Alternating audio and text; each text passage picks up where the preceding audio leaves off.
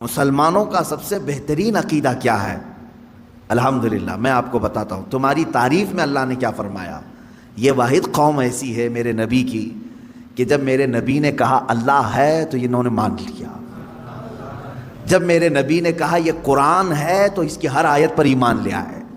کبھی بھی امت نے یہ نہیں پوچھا کہ اے رسول ہمیں اترتی ہوئی تو نہیں دکھ رہی، آپ کہہ رہے ہیں کیسے مانیں. نہیں، مسلمان قوم وہ ہے جنہوں نے کہا میرے نبی نے کہہ دیا تو ہو گیا.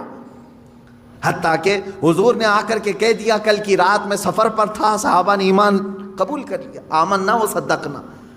اسی لیے قرآن جو شروع ہوتا ہے سورہ بقرہ میں آپ پڑھیں گے، شروع کی آیتوں میں اللہ نے تعریف میں فرمایا ھدی للمتقین الذین یؤمنون بالغیب. اللہ فرماتا ہے یہ کتاب ہم نے اتارا ہی ہے ان لوگوں کے لیے جو غیب پر ایمان رکھتے ہیں. یہ کتاب ہدایت ہے ان لوگوں کے لیے جو غیب پر ایمان رکھتے ہیں. آج تک مجھے بتاؤ، برسوں سے آپ نماز پڑھنے کے لیے آ رہے ہیں، مسجد میں آ رہے ہیں، کبھی آپ نے امام صاحب سے جا کر کے پکڑ کے پوچھا کہ امام صاحب آپ اللہ اکبر کہہ کر کے جھکاتے ہیں سجدے میں، کبھی یہ تو بتاؤ ہے کہاں اللہ؟ دکھتا کیوں نہیں ہے مسجد میں؟ کبھی پوچھا آپ نے؟ نہیں. یہ مسلمان کی شان ہے. ہر مسلمان کے دل میں اللہ رب العزت کی محبت بسی ہوئی ہے. اسے معلوم ہے ایک ذات ہے، میری دیکھنے کی اوقات نہیں. جب وہ وقت آئے گا مولا حجابات ہٹائے گا اور اپنا دیدار کرائے گا.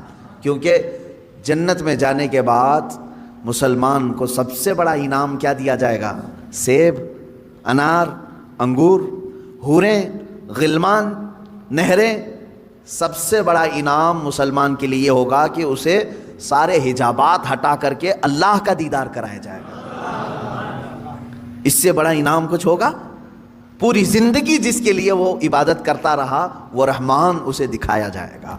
بلکہ قرآن کہتا ہے وجوہ یومئذ ناظرہ الی ربہا ناظرہ. اس دن کچھ چہرے ایسے چمک رہے ہوں گے، دمک رہے ہوں گے. یہ سورہ قیامہ کی آیت ہے. کچھ چہرے چمک رہے ہوں گے، دمک رہے ہوں گے. کیوں مولا؟ الی ربہا ناظرہ، اس لیے کہ وہ اپنے رب کے پاس رب کو دیکھ رہے ہوں گے. اس لیے کہ وہ براہ راست اپنے رب کا دیدار کر رہے ہوں گے. ادھر رب کو دیکھ رہے ہوں گے اور چہرے چمک رہے ہوں گے. وہ وقت آئے گا جب تمہیں دیدار کرایا جائے گا. لیکن دنیا میں اس طرح کا مطالبہ کرنا بیجا ہے، نہیں کرنا چاہیے. اللہ رب العزت نے جس چیز کو منع کر دیا اس چیز کا سوال نہیں ہوگا. کیونکہ موسیٰ علیہ السلام کو جب اللہ نے کہہ دیا لن ترانی، تم مجھے نہیں دیکھ سکتے، تو یہاں کون سا مرید 30 مار کہاں ہے جو موسیٰ علیہ السلام سے اوپر بننے کی کوشش کرتا ہو؟